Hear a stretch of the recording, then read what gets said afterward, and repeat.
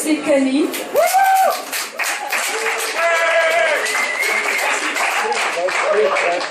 Voilà, alors s'il vous plaît, si vous parlez pas trop fort, ce serait très très très gentil. Merci.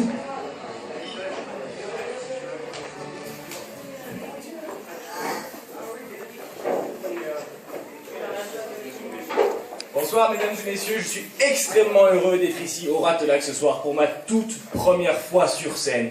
Et autant vous dire que je n'aurais pas pu rêver de meilleur public pour perdre ma virginité artistique. Bon, c'est pas parfaitement dit, mais retenez juste que je suis extrêmement heureux d'être là. Alors, je m'appelle Ken Park, j'ai 22 ans pour mon petit frère, c'est tellement loin, il ne se rend même pas compte à quel point ça va venir vite. 22 ans en contrepartie pour mes parents, c'est tellement loin, c'était probablement des souvenirs en noir et blanc. Alors, petite piqûre de rappel pour tous les gens qui ont plus de 22 ans ici ce soir. À 22 ans, on est jeune, on est vif, on est fougueux, on est aventureux. Non, pas moi, pas une seule seconde. Non, pas du tout. Alors, c'est incroyable à quel point je suis en décalage avec les autres personnes de mon âge. Pour te mettre un peu une image, mes parents diront simplement que je suis un jeune homme mature dans un corps d'enfant. Toutes les autres personnes dans l'humanité disent que j'ai une âme putréfiée dans un corps de puceau. Bon, des gens charmants. Alors... des gens charmants. Mais c'est vrai, je peux pas leur donner totalement tort. Je suis en décalage complet avec même les activités des gens de mon âge.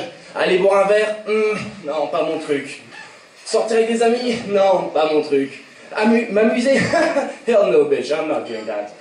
Alors, imagine la tête de mes parents quand je leur ai dit vendredi 19. Je sors, oui, je m'adresse toujours de cette façon-là à mes parents. Vendredi 19. Je sors. Oh là là, Sainte-Marie, Mère de Dieu, Momo, on nous a changé le petit. Non, calme-toi, papa. Tu sais, c'est un projet que j'ai, c'est beaucoup de travail et tout. Je lui ai brisé son cœur. Il était anéanti. Mon pauvre père était anéanti, une fois de plus. Dans ses yeux, j'ai vu les tours jumelles s'effondrer. J'ai vu le crash boursier de 2008. J'ai vu le. Oh non, je touche pas la première soirée. C'était extrêmement bizarre de voir dans les yeux de son père. Enfin bref, son pauvre petit cœur était anéanti. Ma mère, quant à elle, elle le vit parfaitement bien. Je pense qu'elle a lâché le morceau le jour de ma naissance, en fait. Allez-y, poussez, madame. Poussez, c'est à vous. Voilà, moi, je vous le rends. Non, ouais, je pense que c'est ce jour-là qu'elle a perdu la foi. Il n'en s'est fallu que quelques années pour qu'elle perde le foie.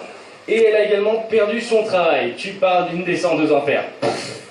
Mais bon, pour son travail, c'est un peu compliqué. Hein. Elle s'est toujours plainte, des horaires à rallonge, une masse de travail insurmontable, puis aucune perspective d'évolution professionnelle. Ouais, donc elle a démissionné du rôle de mère. Ce que je ne savais pas possible. Moi, je pensais un peu que maman, c'était comme président africain, hein, c'était un travail à vie et non négociable. Mais, bon, bah, tout le monde peut se tromper.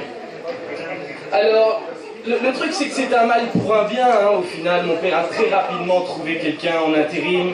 Et ce contrat intérim, il a débouché sur un CDI qui dure depuis maintenant bientôt 19 ans.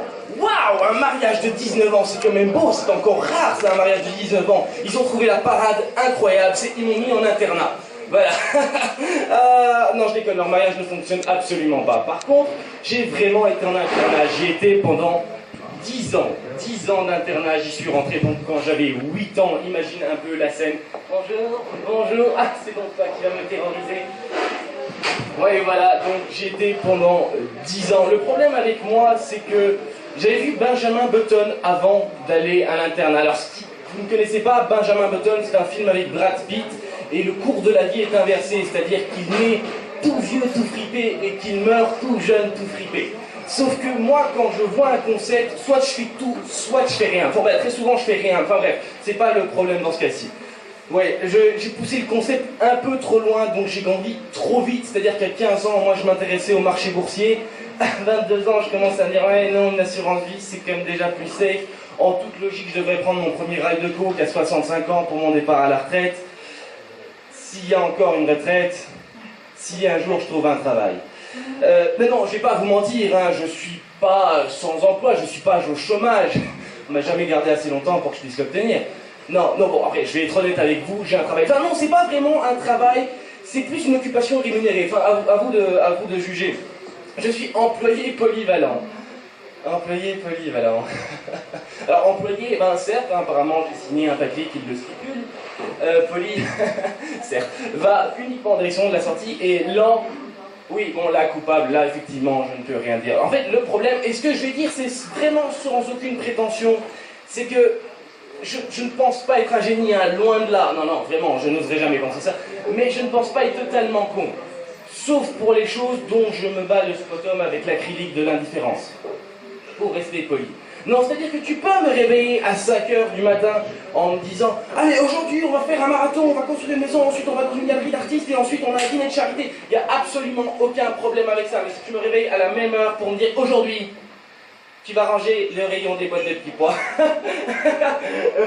Je suis un peu... Non, harakiri cérébrale, il n'y a intégralement plus personne. Y a-t-il une trace de matière grise?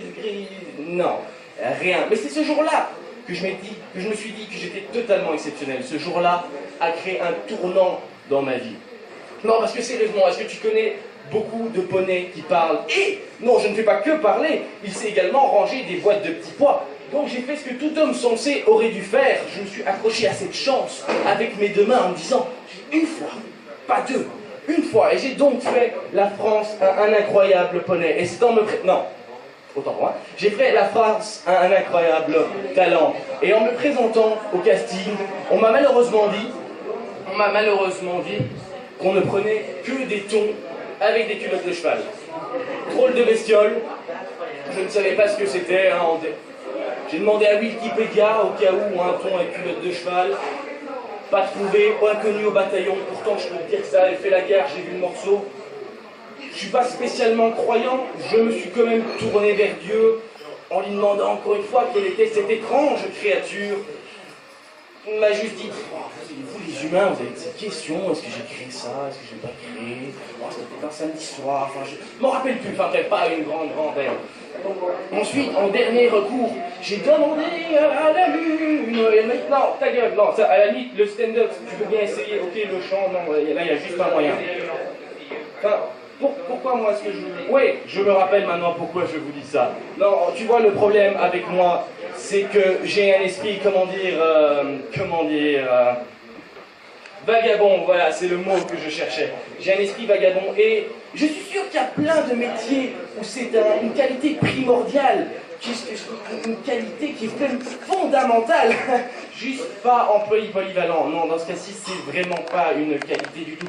À la limite, à la grande limite, si on pouvait me laisser dans un rayon, ça irait encore, hein. Moi je parle pas aux gens, les gens ne parlent pas, déjà là tout se passe bien. Et ensuite, moi de toute façon, avec 2 boîtes de haricots et une boîte de maïs, je te fais une histoire de malade, je te fais un truc de fou furieux, je te fais même un film, à la fin on récupère un Oscar, enfin on récupère Oscar, oui bon, ça sera le nom d'un personnage, hein. Pour la statuette je suis pas sûr qu'on puisse tout faire. Bon, mais le problème c'est qu'on s'occupe également de la caisse, vu qu'on est employé polyvalent. Et ça pourrait encore aller dans un monde rose, fleuri, doux, plein de licornes et de guimauves. Je pourrais encore me forcer, je pourrais encore faire « Bonjour madame, merci madame, au revoir madame ». Ça pourrait encore aller, mais s'il y a bien une triste vérité, c'est qu'on n'est pas dans un monde rose, fleuri et plein de guimauves. Et s'il y a encore une vérité plus forte que celle précédemment énoncée, c'est que les gens deviennent fondamentalement cons et rentrent dans un magasin. C'est quand même incroyable, ça. On a l'impression que même les gens qui ont bac plus 8, qui viennent en costard-cravate, la bourse a augmenté de 3%, ils rentrent dans le magasin, il ne reste intégralement plus aucune trace d'intelligence. Mais si, à la limite, s'ils pouvaient être stupides dans leur rayon pendant qu'ils font leur course, moi ça ne me pose pas de problème. Ressaisissez-vous juste quand vous passez en caisse, hein, c'est quand même la moindre des choses. Parce que, je ne sais pas si vous avez déjà eu la chance incroyable d'avoir fait le métier de caissier, mais on devient fou. Non mais c'est quand même incroyable. Entre les gens qui vous lancent des articles comme ça, comme s'ils étaient des champions de curling, les gens qui vous jettent leur monnaie comme si vous étiez des yinches, les gens qui vous disent ni bonjour ni merci, au revoir, la politesse c'est tellement surfait, et les gens qui vous hurlent bonjour, au revoir, merci, mais pas à vous en fait, à leur téléphone parce qu'ils sont en train de skyper comme ça. Je prends les bananes ou je prends les bananes bio? Entre ceux-là, ou pire, les gens qui sont physiquement présents, mais mentalement, ils doivent être en double appel mental, hein, moi je sais pas, ces gens-là. Je sais pas, je me dis, une bête question. Me calme, hein, je ne compte pas sur les clients, quand même. Est-ce que vous avez votre carte de fidélité, madame? Oh oui! Chez moi. Mais pourquoi tu me le dis? Si elle est chez toi, tu crois que je vais aller sur ma carpette magique chez toi, tranquillement, je vais fouiller, parce que moi je sais pas où c'est chez toi, j'en sais rien. Je vais prendre la carte d'affinité, je vais revenir sur cette même carpette magique, je vais scanner, enlever tout ce qu'il y a enlever tout ce qu'il y a sur ta cagnotte, ensuite je vais repartir, remettre ta carte dans ton sac et revenir. Non, non, non, je ne risque pas de faire ça. Mais tout ça, ça pourrait encore aller. S'il n'y avait pas cette unique phrase, cette maudite phrase qui a fait tant de mal dans la profession de caissier. Et c'est avec une grande tristesse que je vais vous l'annoncer. Monsieur, est-ce que vous désirez le ticket de caisse? Oh non, vous savez, ce n'est pas remboursé par la banque. Pour votre sécurité, arrêtez les blagues sur les tickets remboursés. Non, ça n'a jamais été drôle. Enfin, je pense que ça part d'un bon sentiment, mais s'il vous plaît, on l'entend 8000 fois par jour. Et non, non, ça va juste plus du tout. Alors, vous vous dites, ce mec est fou, ce mec est totalement fou, je ne comprends rien de ce qui se passe de A à Z. Et peut-être un peu d'un point de vue totalement médical du terme. J'ai fini la partie qui était censée être drôle, je l'espère, mais vu que j'avais l'opportunité de parler à un certain nombre de personnes, je pense que je voulais parler de quelque chose d'extrêmement sérieux. Et c'est très dur pour moi, c'est pas évident, parce que c'est la première fois que je le mentionne. Mes parents ne sont même pas au courant de ça, car j'ai été diagnostiqué. Très sérieusement, j'ai été diagnostiqué atteint de l'EVP il y a quelques semaines. Et l'EVP, c'est une maladie mentale. C'est-à-dire que autour de chaque maladie mentale,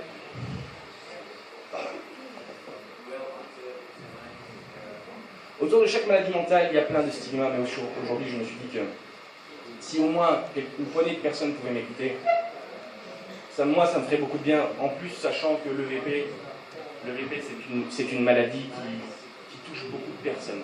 Alors, l'EVP, c'est l'éjaculation verbale précoce. En fait, c'est quand on dit une connerie et qu'on s'en rend pas compte et qu'elle part beaucoup trop vite. C'est-à-dire qu'on dit quelque chose, puis il y a quelque chose qui part. On aimerait bien le retenir, hein, on ferait tout ce qu'on peut. C'est du vent, hein, c'est des décibels, il n'y a pas moyen. Et je me dis, dis-moi que j'ai pas dit cette connerie. Et l'autre personne en face ne s'attend absolument à rien, ne s'attend pas du tout. Et ça la frappe en plein visage. Votre idiotie la flagelle. Et vous vous dites, pardon, j'ai pas voulu. Mais ça, c'est le VP de catégorie 1. Le VP de catégorie 2, c'est un peu comme ce soir, hein, d'ailleurs. C'est quand on prononce quelques mots et on sait que l'intégralité de ce qui va suivre vaut vraiment pas la peine.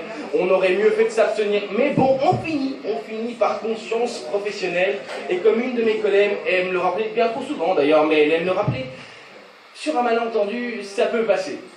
Du coup, j'espère qu'il y a eu beaucoup de malentendus ce soir. Mais voilà, sur un malentendu, ça peut passer. Je me suis inscrit sur Tinder, chose qui n'a pas de rapport. Enfin, si, peut-être un peu, ouais. Peut-être qu'en fait, ça a un peu de rapport. C'est vrai qu'on n'est pas 7,5 milliards d'habitants sur Terre. Je me suis dit, effectivement, c'est un malentendu, ça peut passer. Non, parce qu'on va pas se mentir, hein, on est vendredi soir. J'essaye de faire rire des inconnus avec ma vie de merde. Donc, non, je ne suis pas sexuellement actif. Donc voilà, sexuellement actif, Tinder, a message in a bottle. Peu importe qui a attrapé la bouteille, hein, finissez là d'abord. Moi ça m'aide et vous ça vous coûte moins cher en frais de psychiatre juste après. Non, je pense qu'on va s'arrêter là. Ça a été un plaisir de faire des blagues de cul avec vous, parce que pour moi vous avez encore 4 minutes à tenir. Bon, 4 minutes c'est pas horrible, hein. 4 minutes ça va, c'est un Despacito, 4 minutes. Bon, c'est vrai que j'aurais pu trouver un meilleur exemple que Despacito. Mais j'aimerais vraiment vous dire quelque chose, c'est que j'ai toujours voulu faire de la scène.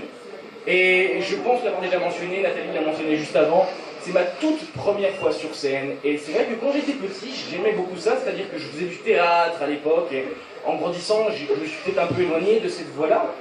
Mais j'ai toujours eu une voix qui me disait dans ma tête, oh! J'en ai aussi une deuxième qui me disait, bon bah si c'est ce que t'aimes, après tout, vas-y, tente, de toute façon c'est pas comme si tu restais encore un peu de dignité. Vraiment des gens charmants dans ma tête. Enfin bref.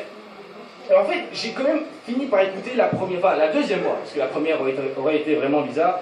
J'ai écouté donc la deuxième voix. Et c'est pas pour les raisons susmentionnées. C'est-à-dire que je l'ai écouté parce que j'étais fondamentalement chiant dans la vie.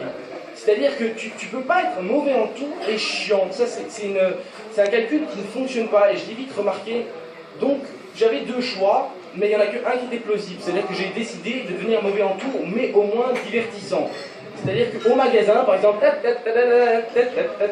j'ai cassé une bouteille à 150 €. Bon, voilà, et figure-toi, histoire totalement véridique, ça m'a extrêmement bien réussi. C'est-à-dire qu'en fait, pour revenir à un point que j'ai mentionné précédemment, j'ai donc un emploi. Ça fait 1 an et demi que j'y suis, 1 an et demi en 4 CDD. Pourquoi 4 CDD? Parce qu'on ne signe pas de CDI avant 2 ans. Voilà, ceci étant donc fait, le premier CDD est invariablement de 3 mois. Il sert un peu de période d'essai. Et j'étais pas bon, c'est même pas que j'étais pas bon, j'ai créé une nouvelle définition du mot mauvais. Et aucune personne normalement constituée n'aurait jamais dû me re-signer. Mais mon patron l'a fait. Mon patron l'a fait en me disant, bon, t'es pas bon, t'es mauvais, hein, fondamentalement, ça tout le monde le sait, mais tant qu'à faire un métier de merde, autant le faire en étant bien accompagné. Oh, que c'est beau, que c'est gentil, merci. C'est comme si on me remettait une médaille, c'était le plus beau jour de ma vie. Vous vous rendez compte ce que c'est? Tu es payé à être stupide, mais ça va, tout va bien. Vraiment quelque chose de très très appréciable. Et donc je suis resté 6 mois supplémentaires. Pas parce qu'on ne voulait plus me re-signer, à mon grand étonnement, mais uniquement parce que j'avais un projet personnel. C'est-à-dire que moi je voulais voyager à travers l'Europe tout seul pendant 6 mois. Ce que j'ai fait pour des raisons qui m'échappent totalement. C'est-à-dire que pour l'aventure, qu'est-ce que ça, pour rencontrer des gens, ne parle pas, et voler de ses propres ailes. Allez, retour au Luxembourg. Et donc, après 6 mois de voyage, entre crise de panique et émerveillement, quand même un peu, je me suis donc retrouvé chez moi, le point de départ. J'ai donc bien évidemment dû essayer de retrouver un emploi. J'ai cherché, et après de longs mois avec un régime terre-caillou, à manger que ça à la fin du mois. D'ailleurs, mesdames, petite parenthèse, le régime terre-caillou, quelle merveille! Mais quelle merveille, soyons honnêtes, ça vous donne un teint, et vous êtes mince, mais mince, enfin bref, magnifique.